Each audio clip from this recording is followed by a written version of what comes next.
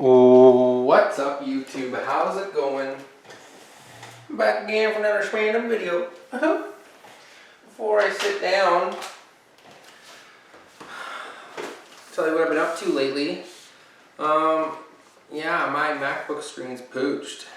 My daughter accidentally spilt some liquid on the screen and I didn't react quick enough and I kept using it.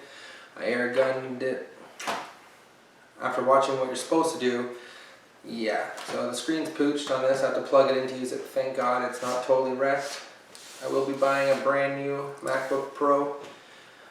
So stay tuned for that unboxing video. The 2017 just came out, so I'll be hooking myself up with that and selling this one.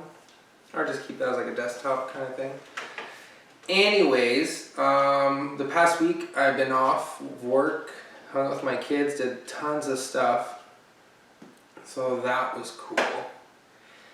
But today's video, I would just like to talk about what's it like living in the north and what's it like living in the south.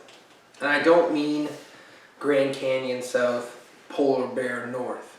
I mean, I live in Canada and I'm talking about like a 5-hour difference in temperature, which doesn't seem like a whole lot, but it's still reasonable in Ontario, in case you're wondering how the weather is past Toronto, near the border, versus living up north where it's cold as hell. Now, if you're from the south or you're from the north and you've lived in either or spots and you're just curious, well, I'll just give you my 2 cents. Living down south, there's a lot more work and a lot more jobs. But there's also a lot more people, so the traffic here is brutal. If you're from a small town like I am, moving to a big city, it's huge. It's a huge change, but I'm telling you, you'll get used to it.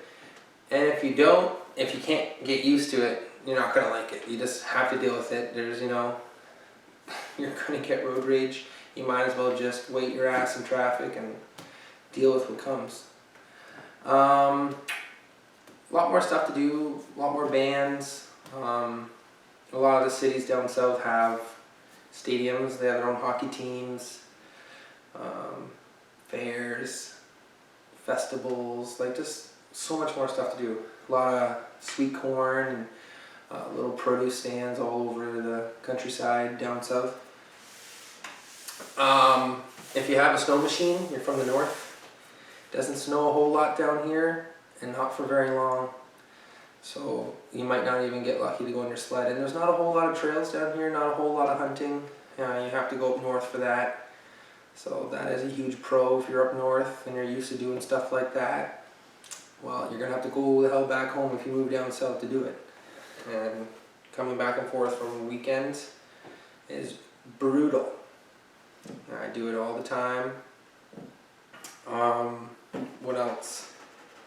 If you want to sea-doo, if you like going to the beaches, there is quite a bit of lakes up north, but down south we got the Great Lakes. Oh, excuse me. Obviously Lake Ontario is dirty. I wouldn't even touch that with a 30-foot pole. There's emission testing down here. That's something different you might not know about. I think if your vehicle's older than 10 years old, you have to get emissions every year. I could be wrong. I think it's 5. I'm not 100% sure. Every off year, like if your vehicle, like if it was 2017, it'd be 2019, or every odd year. It depends on how old your vehicles are make. I don't remember. Be prepared to drive a lot more. Spread out cities like this down here take forever to get anywhere. So if you're from up north in a smaller town, you're going to get there a lot quicker. That's a huge pro, and it's something that I still cannot get used to. I hate how long it takes to do anything. But I now live in a small town, and if I want to do anything, I have to go to the other town to do it. So now I have to drive even further. Plus I work at it every day as I'm a truck driver. How is the cost of living down here? It's probably a little bit cheaper to live down here than up north. There's lots of competition, like Kijiji, And I say Kijiji as in when people sell stuff, there's tons of people down here, so people are always competing. There's all, I can go get it here, or I can go get it there. You can know a shit ton of people in all these little towns around all these cities. You're near Toronto. If you're way up north, it might actually be hard to get something. So people might not be as lenient on haggling. Or maybe there's just not enough business up north and they'll just take whatever you offer them. But as for Kijiji, yeah. But, jeez. Freaking table. What was I talking about? Okay, so Kijiji, yeah, there's a lot more competition down here for the rent and all that stuff, so, rent isn't terribly expensive. A lot of places are included. A lot of schools down here, so a lot of people are willing to rent out their house, like in their basement, a bedroom, and it gets really packed up here. So I'm going to say the rent is kind of fair. It's a little high, but up north it is very expensive. Oh, and you're constantly running the heat in the winter, right? And here it's like hot, cold, hot, cold, hot, cold, rain, rain, rain.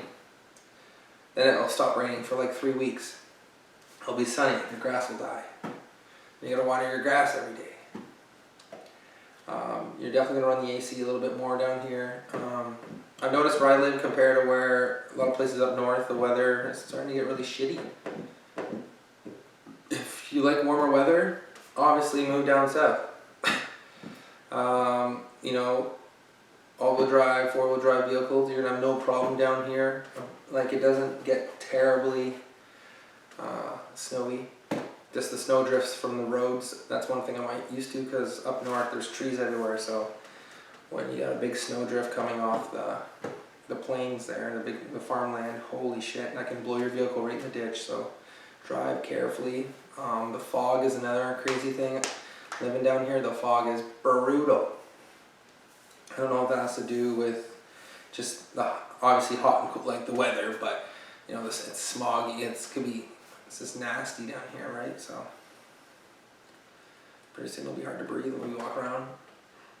SARS mask. Yeah, that's pretty much all I can think about. The weather's better, rent's a little bit cheaper, more competition, more job offers, more job opportunities. There's a lot more stuff to choose from, a lot more things to do with your kids. Like there's parks with water, there's water parks. Houses are going up all the time, so if you're looking into that market of buying and selling and building houses, whatever you do, want to start your own business, pick a bigger city. And it's not as bad as you think, like, oh, I don't know anybody. I like the smaller towns because word goes around. Well, word goes around anywhere if you're good, and if you're shitty, word really goes around. So, you're choosing your battles there. Definitely it's worth it to start your business in a bigger city. A lot of people I went to school with in my small city, we all moved away, so there's a reason, obviously, because jobs aren't booming in little tiny cities. Normally a little tiny city has like 1 or 2 things going for them, and that's what's keeping it going. You move to a bigger city and then you have all those cities around, all those little towns around it, keeping that big city going. So you can work on farming, all kinds of stuff, like all year round. When winter comes, it's not so bad. They even build through the winter sometimes because the winters here are like nothing. So it's not like we get crazy amounts of snow. Just things to think about, guys. I'm obviously just speaking for Ontario, Canada, not talking about Arizona to the North Pole. Alright, so anything you think I missed, let me know. And thanks so much for watching. Please like and subscribe for more random videos. And also, just so you know, where I am, there's a kids hospital too, so it's good to live around stuff like that in case you're far up north and you really have to travel back and forth. It's good to be close to important things, because they're going to put the important things in the bigger cities, right? So keep stuff like that in mind. Thanks so much, guys, for watching. Please like and subscribe for more random videos, as I don't upload so often, but I'll give it a try. Thanks so much for watching. I'll talk to you real soon.